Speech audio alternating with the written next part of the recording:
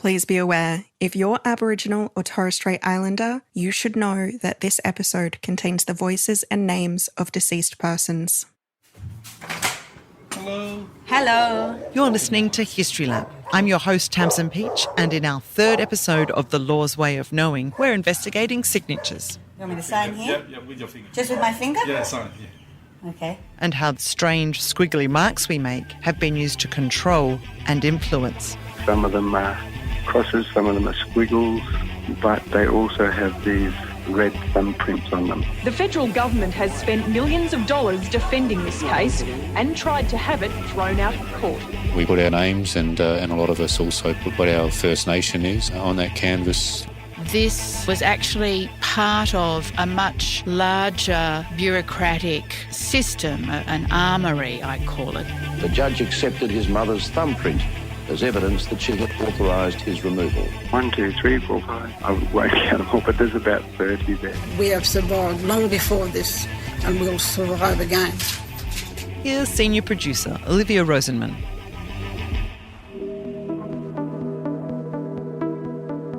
What is a signature? Well, the more I research signatures, the more difficult that question becomes. This is Trish Luca. She's from the Faculty of Law at the University of Technology, Sydney, and she's been investigating signatures for a while now. I think I would define it as something like a unique identifying mark that signifies a person. So generally we assume that a signature is the signed name of a person, particularly for the purposes of identification, like in banking or other official transactions. But Trish says that the law doesn't really pin down what exactly a signature is. Even though signatures have great significance in terms of legal transactions, there's been very, very little guidance from the courts about defining what is a signature. Trish has learned that courts have accepted a wide range of things as legal signatures. Seal imprints, rubber stamp, initials, partial signatures, words other than a name, trade name, printed name, as well as a traditional handwritten cursive signature. And Trish told me about one case from the late 90s when the Australian Federal Court decided that a thumbprint was a signature that proved a mother's consent for the removal of her child. It was the landmark action in relation to the stolen generations.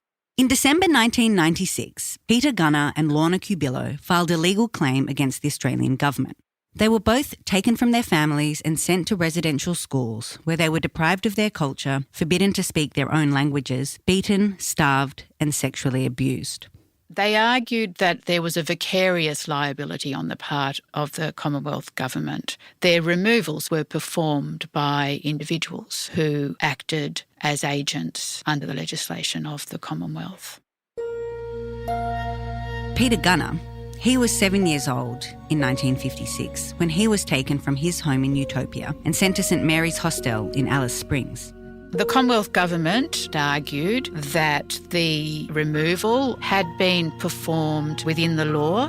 The court judgment is almost 700 pages long. So this was a huge case. There were over 100 days of hearings across 3 different states. There were hundreds of witnesses that were called on each side. Such a big case must have cost a lot of money. Right. Estimates vary, but Peter Gunner's lawyer, Jack Rush, worked out from parliamentary questions that the case cost the government somewhere between $15 and $20 million. It is clear that the effort and the expense that the Commonwealth government went to counter the claim made by Cubillo and Gunner is evidence of the fact that they had grave concerns about the possibility of further claims being made by members of the stolen generations. Trish Luca wanted to know more about the case. So in 2004, she travelled to the Northern Territory to visit Peter Gunner in Utopia, where he had returned to live as an adult. So I travelled to Alice Springs. I hadn't booked myself a vehicle to drive out to Utopia, and so there was really only one vehicle left in Alice Springs. It was a very, very large Toyota Troopy that I had to drive out. Actually, it was a lot of fun.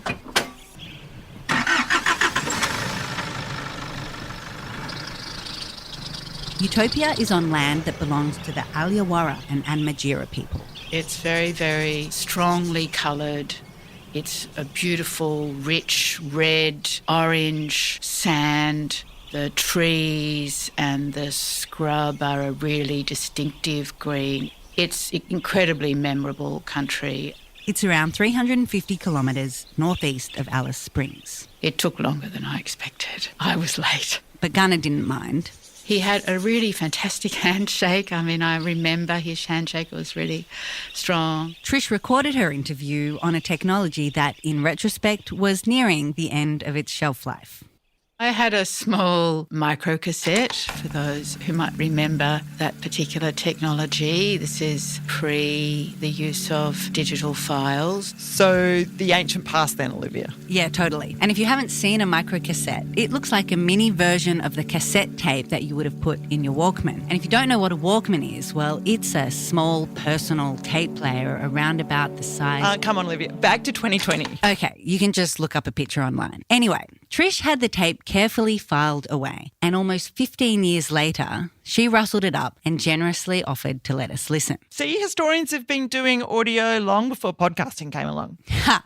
Yeah, so there was just one slight problem. Trish kept the tape, but not the player. So we had a recording of Peter Gunnar telling his story in his own words, but for a while there, I thought we weren't going to be able to hear it. Oh, shit. What does the beeping mean?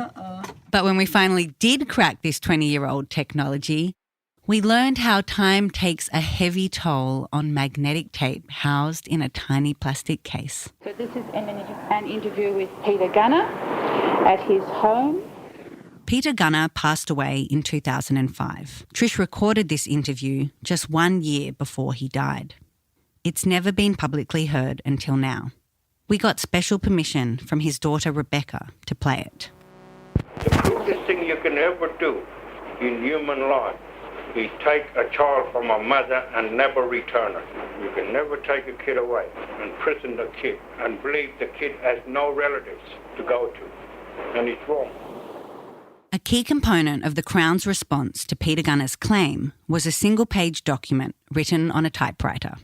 Its title is Form of Consent by a Parent. It says, I, Topsy Kundrulba, and that part has been inserted, being a full-blood Aboriginal, in brackets female, within the meaning of the Aboriginals Ordinance 1918 to 1953 of the Northern Territory, and residing at Utopia Station, aged 7 years, I desire my son to be educated and trained in accordance with accepted European standards, to which he is entitled by reason of his caste, by which my son may derive the benefit of a standard European And on the page was a signature of sorts. And then at the bottom it says, signed of my own free will this day of blank, 1956, in the presence of blank. And then there is a mark, a thumbprint or fingerprint with the words her and Mark on either side, and Topsy and Kundrulba above and below.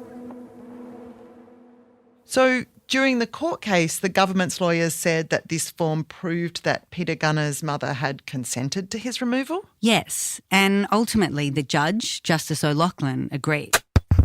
Most importantly, there was his mother's thumbprint on a form of request that asked that Peter be taken to St Mary's and given a Western education. I have concluded that Peter went to St Mary's at his mother's request. On the 11th of August 2000, both Lorna Cubillo and Peter Gunnar's claims were dismissed. I accepted Mr Gunnar's evidence that he had a most unhappy childhood at St Mary's, and I accepted his evidence that he was the victim of a sexual assault. Nevertheless, I concluded that the evidence did not justify a finding that the Director of Native Affairs removed Mr Gunnar from his family against the wishes of his mother. Is this actually Justice O'Loughlin speaking? Yeah, it is. It's from a summary of the judgment that was read out live in the courtroom and broadcast on national TV. The federal court sent me a copy from their archive. It was on VHS tape. VHS tape? Yeah, making this episode of History Lab has really given me some great insight into analogue audiovisual production. When someone signs with a fingerprint, there's usually something else that's signified too, right?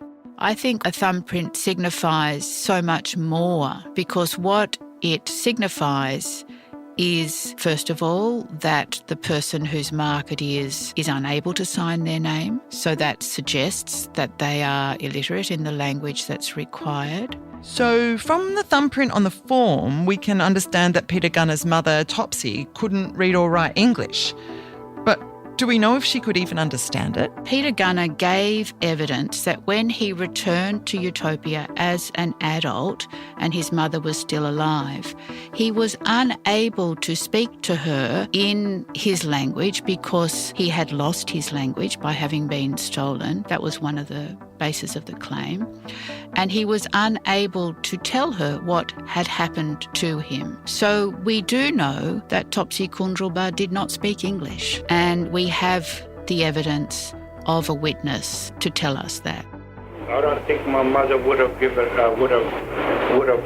understood what was the written document that the government had to get her to put a thumbprint on. She wouldn't have known anything about it, what was written in that. She wouldn't even would have understood. I think we simply do not know what she believed would happen to her son as a result of putting her mark on that form. We cannot know that.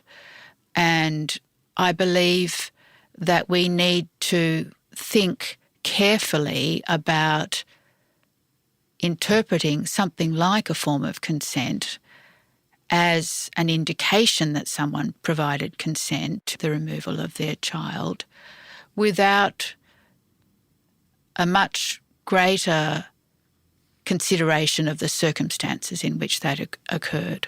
In the courtroom, Peter Gunner recounted his memories of the day he was taken. He remembered crying and yelling. He said he didn't know why he was put on the back of the truck or where he was being taken. But ultimately, the judge said what he described as a line of documentation showed that Peter's mother, Topsy, had given her consent for her child to be taken away. And he preferenced those documents over Peter Gunner's oral testimony. According to Trish, that's not surprising. Traditionally, oral testimony is the preferred form of evidence in the common law system.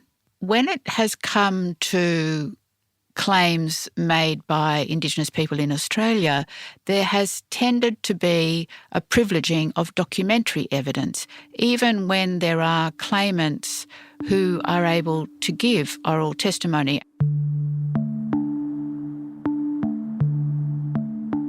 The document with Topsy's thumbprint is now held in the National Archives of Australia. You can find a digital copy on their website. The original paper document is held in their Darwin repository. It's part of a series of over 17,500 documents, all relating to Aboriginal people, created by the Northern Territory Administration between 1915 and 1978. There's a lot of material in the archives that pertains to Indigenous people because they have been the subject of control for so long. They're the most documented people in Australia. So is there another way we can understand the form with Topsy's thumbprint and all the other documents created about Aboriginal people? This form of consent was actually part of a much larger bureaucratic system, an armoury, I call it, of a colonialist regime that was in force at the time and under which Aboriginal people were subjugated. That bureaucratic system, the armoury Trish describes, created reams and reams of paper documents that ended up being submitted as evidence in Peter Gunner's case. There were reports, lots of government reports. There was lots of correspondence. There were certificates, declarations, applications. There are surveys. There are inventories of individuals. These are all really well-established methods of control of people, which you will find particularly large quantity of them in settler colonial contexts. In 1956, when Peter was taken, people were becoming more aware of the reality of the government's policies regarding Aboriginal children. Just at the point when there appeared to be some level of concern on the part of humanitarian organisations and also on the part of international humanitarian groups about what was going on in Australia with the theft of Aboriginal children, it was at that point that a greater amount of forms were produced. I think that can be read as a kind of reaction to the need to produce justifications and records to support decisions. So the archives tell stories through their sheer volume as well as through what they actually say, through their content. I still say the Commonwealth attacked us on the grounds of criminalise and not on the of evidence that was presented in that court for the wrongdoing, wrong treatment, of removal of children. They treated me and Lorna like a couple of criminals in that case. And that's why that evidence doesn't count. The evidence that... The Commonwealth witnesses' evidence count more than me and Lorna's. So let me get this straight. This court case is happening in the late 1990s. John Howard's Prime Minister. And on the one hand, it's just after the release of the Bringing Them Home report that uncovered the Australian government's history of child removal. But on the other hand, the government is also spending millions of dollars defending their actions. And during the trial, it's Peter Gunner who said he was made to feel like a criminal. Not only that, Gunner had to sit in court and listen to evidence given by the very man who took him away back on that day in 1956. Peter Gunner, he was about 4 or 5 when I first saw him, and he'd been living down the camp. He had a mother, but he had his father, was apparently a white person, who he'd never seen, and he was just one of the kids running around the camp. It was going to go nowhere because not having an Aboriginal father, he couldn't become part and parcel of the whole tribal group. This is Harry Kitching. In 1956, he was working as a patrol officer for what was then called the Native Affairs Branch. I thought there might be a slim chance that he was still alive, so I tried to track him down. Turns out Kitching died in 2014.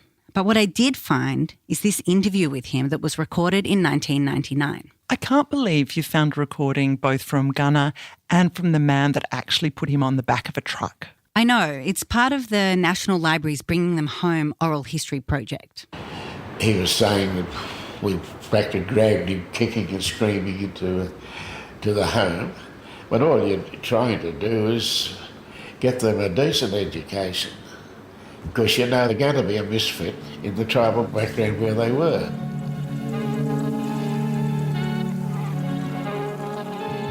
Okay, so it seems that in Harry's mind, it didn't really matter whether or not Peter's mother had consented. Maybe not. But the way Peter describes it, he says his mother was always waiting for him to come back. I think she would have felt strongly after a few years gone by that one day her child was going to turn up.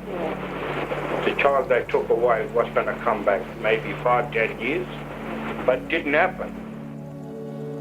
When he gave evidence in the trial, Kitching said he didn't remember whether the writing on the form was explained to Peter's mother. But despite all of the questions about Topsy's thumbprint, Justice O'Loughlin saw that piece of paper as evidence that exculpated the government. I think they ignored everything what I said, all the way to the thumbprint. They just didn't want to know nothing of, So you think they ignored it? On the form of consent by a parent, Topsy's thumbprint sits at the bottom right corner of the page in blue ink. It's smudged, making the loops and whirls really hard to distinguish. A rubber stamp has marked the date of May 27th, 1956, encircled by the words Records Branch, General Administration Section, Darwin, NT. Trish remembers the first time she saw it.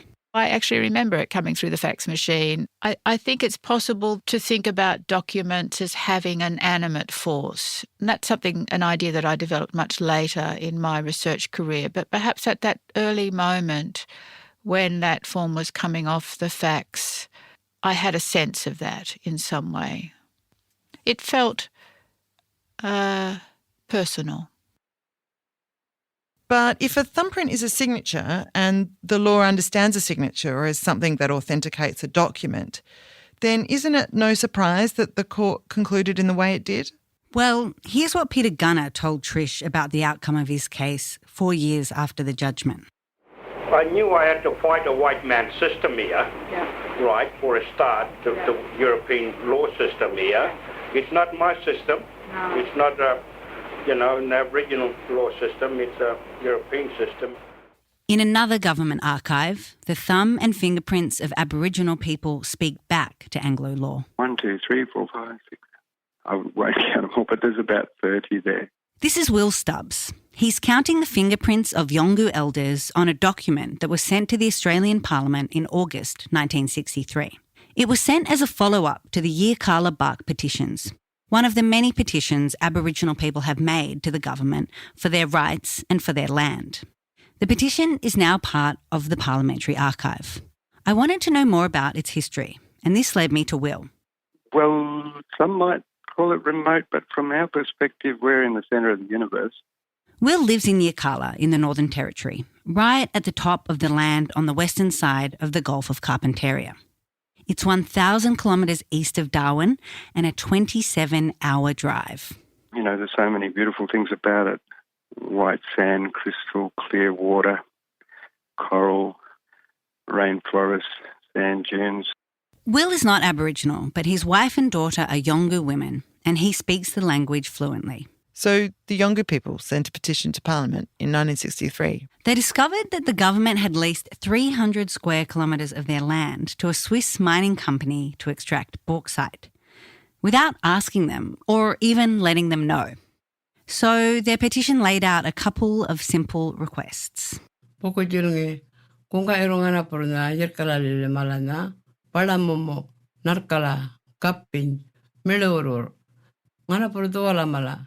Kajapu, Mangalele, Madarpa, Makarwanalmiri, Jambarpingo, Kumait, Marakulo, Kalpo, Dapingo, Wangori, Waramiri, Naimil Retingo, Malaman Primiri. That's the voice of Dila Yunupingu reading the petition in Yolngu. Dila is the daughter of Mungarawi Yunupingu, a senior Gumatj cultural leader and one of the original signatories of the petition. If you read the text, it's the most mild, inoffensive set of requests rather than demands. It's really just saying, we've found out that you have stolen our land.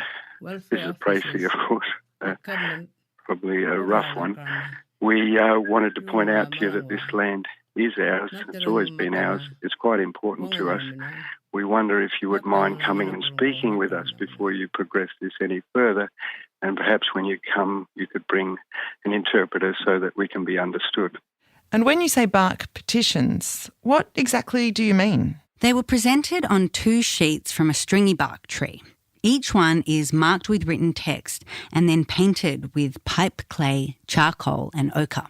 It's quite an exercise to prepare these panels of bark and to find a typewriter in 1963 and to try and put these words into English and then to translate it into Yolngu and to submit that, find a way to get it to Canberra. In those days, there's no road access from here. There's no phones. It's just really by telegram and monthly boat that you can get any communication out of here. And the word came back that the petition were not accepted. The initial petition had just 11 signatures, and they were mostly from the young people from the area. It's my understanding that Paul Hasluck was the Minister for the Interior, declined to table them or opposed their tabling on the basis that his information from the mission hierarchy is that the signatories were unrepresentative of the Yolngu people as a whole. But instead of giving up at that point, they created this amazing document. A document that could be easily understood by the government's system. And so they can't do what Anglo-Australians do and sign their names, so they've made a mark. Some of them are crosses, some of them are squiggles, there's a backward C, there's a couple of circles, but they also have these red thumbprints on them. Their name is written out in beautiful cursive, and then that act of signing through a cross and a thumbprint is witnessed by either a literate Yolngu or a missionary with their signature at the end of the row. These lists of names is a roll call of the leaders of every clan and the leaders of ceremony, and it's a beautiful list of amazing people who acted in this way, and it rebutted the claim by the government. So where did the idea for the list of thumbprints come from? Perhaps it's a reference to some kind of bookkeeping procedure, but it's not a Yolngu way to indicate identity. It's fitting the system, trying to make the system accept this thing which is pretty firmly founded in that system's processes. And the thing is that these people aren't just names to us. These people are heroes, each and every one of them. And while the document with Topsy Kundrilba's thumbprint was given the utmost attention by the Commonwealth, it seems this document has been mostly ignored. That beautiful document, the thumbprint petition, was simply folded into the parliamentary records and didn't see the light of day. But it did have an impact. There's a lot of people who regard the Bark petition as being Australia's Magna Carta. If you think at the time that they were created in 1963, it's still a number of years before the referendum allows Aboriginal people to be counted as human in the census. At the point that these men came together, and also women who signed the petition, they were to be regarded as fauna and non-human. This was enshrined in the Constitution. And actually, where the Bark petitions are now hanging in Parliament House is in the same room as a 13th century copy of the Magna Carta and the Australian Constitution. The Yolngu have been very honourable and you would think, in a way, naive in granting the benefit of the doubt to Anglo-Australians that they are lawful people, that they have processes, and that these processes are sufficient to protect against the might is right approach. They have generally been let down in that regard.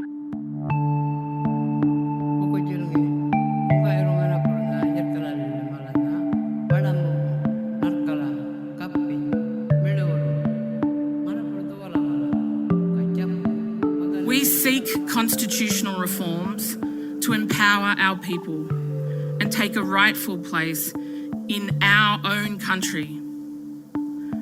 When we have power over our destiny, our children will flourish. They will walk in two worlds, and their culture will be a gift to their country. Standing in red sand and surrounded by people from across Australia's First Nations, on the 26th of May, 2017, Professor Megan Davis, a cobble woman from Queensland and a professor of law, read aloud the Uluru Statement from the Heart.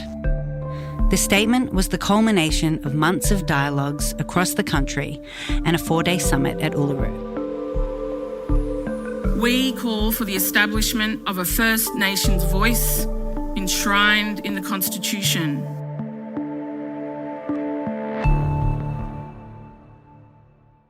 The statement calls for voice, treaty and truth, for an Aboriginal voice to Parliament an Amakarata Commission, a process of agreement making between governments and First Nations and truth-telling about our history. People were crying tears of joy and hope and embracing each other and just really congratulating each other on a really hard task, which was to reach a consensus when we came from so many different places and, so many different levels of healing, our own political beliefs, our own experiences. This is Thomas Mayer, a Zenadthkes man born and raised on Larrakia land in Darwin. He's the National Indigenous Officer for the CFMEU. I wanted to talk to Thomas because he was one of the delegates at the summit. He'd lined up with all of the other Aboriginal and Torres Strait Islander delegates to sign their names on the Uluru Statement from the Heart document. Oh, it took the morning, really, if I remember correctly, and it was a long line and even though I was one of the last to line up, I think, and didn't stop smiling the whole time I was lining up. I remember my face was sore from smiling just because we were all so excited and happy and confident that what we'd come up with was the right thing for our people. The statement is written in the centre of a canvas measuring 1.8 by 1.6 metres. Surrounding the text are 250 signatures. We put our names and a lot of us also put what our First Nation is on that canvas. So to their individual legal mark, they also added their collective identity. So it was very much a mark of identity as well, to say that I'm here, I'm doing my best for my people and I'm going to record that this is who I'm here for. In the middle of the canvas is the text. Surrounding the text are the signatures, and around the signatures is artwork. The art depicts songlines. Coming from the north, east, south and west, these ancient stories converge at Uluru, much like all of our stories converge there, coming from so many different places. When I saw the canvas for the first time and I held it on the stage at Gama when it was presented to the audience and the Prime Minister and Opposition Leader were there, I felt that it had a lot of power. I felt that this canvas was a powerful tool in trying to convince not only politicians but also the Australian people to walk with us in this movement to try and achieve the changes that are called for. In 2017, when the then Prime Minister Malcolm Turnbull spoke on stage at the Gama Festival, he told the audience he was giving careful consideration to the recommendations in the statement. But then, at a press conference outside the festival, he started to back away from the positivity he'd shown on stage. So does Thomas Mayer have a special connection to the Uluru Statement from the Heart? Yes, he does. When Thomas saw the power of the canvas on stage at Gama, he decided to take it on a road trip. I decided to take the Uluru Statement to the people in any way that I can, to conferences, to communities, from remote communities to the big cities, and just started to try and build the people's movement really. And I had the support of the elders to do it, and that was my role in the first 18 months of this campaign. He travelled all around the country. It was quite spontaneous. So from the different places that I would take it to, someone would contact me soon after and say, hey, this is on, there's a big crowd there, can you bring it here, And so it was non-stop travel for 18 months. I hardly saw my family. And I think it was important to build the base of supporters that has ensured that we haven't taken no for an answer and that this is still alive today. It's a live political document. So what kind of response did he get? Well, while he met the odd sceptic, he told me people were mostly supportive. And Thomas attributes that response partly to the fact that the requests in the statement are so reasonable, but also that it's addressed not to the politicians, but to the people. That's a lesson they learned from petitions past, like the Yirrkala Bark petitions, the Larrakia petition and the Barunga Statement. I think one of the most powerful lessons from those previous statements is they are gathering dust in the halls of Parliament. They were addressed to the wrong people. They were addressed to kings and queens and parliaments. The lesson from all of those is that they have always been ignored by them. They have always been dismissed or diminished or promised and then failed to deliver on. This time, what we learnt was that the Uluru Statement was not about those politicians or those decision makers at that level, it's to the Australian people. And in that way, the signatures on the statement could also be seen as the sign-off of a letter. This is a letter that says this is our consensus. It's to the Australian people, and it is signed by 250 Aboriginal and Torres Strait Islander representing all of the regions of the continent and its adjacent islands, and saying, this is what we collectively want.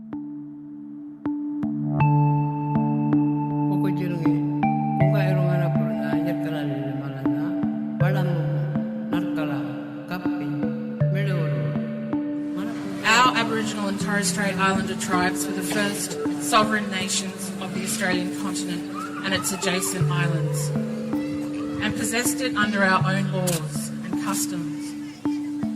This our ancestors did, according to the reckoning of our culture from the creation, according to the common law from time immemorial, and according to science more than 60,000 years ago.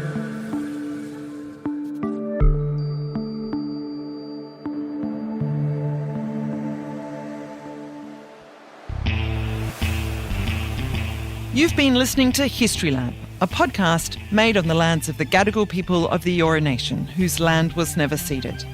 This episode is part of our series, The Law's Way of Knowing, where we look at the intersection of history and the law. Special thanks go to our collaborating historian, Trish Luca. This episode was made by senior producer Olivia Rosenman, with research and production assistance from Julia Carr-Katzel and Alison Chan. The supervising producer was Sarah Mashman. The executive producer was Emma Lancaster, sound engineering and mixing was by Output Media, and our story consultant and editor was Belinda Lopez.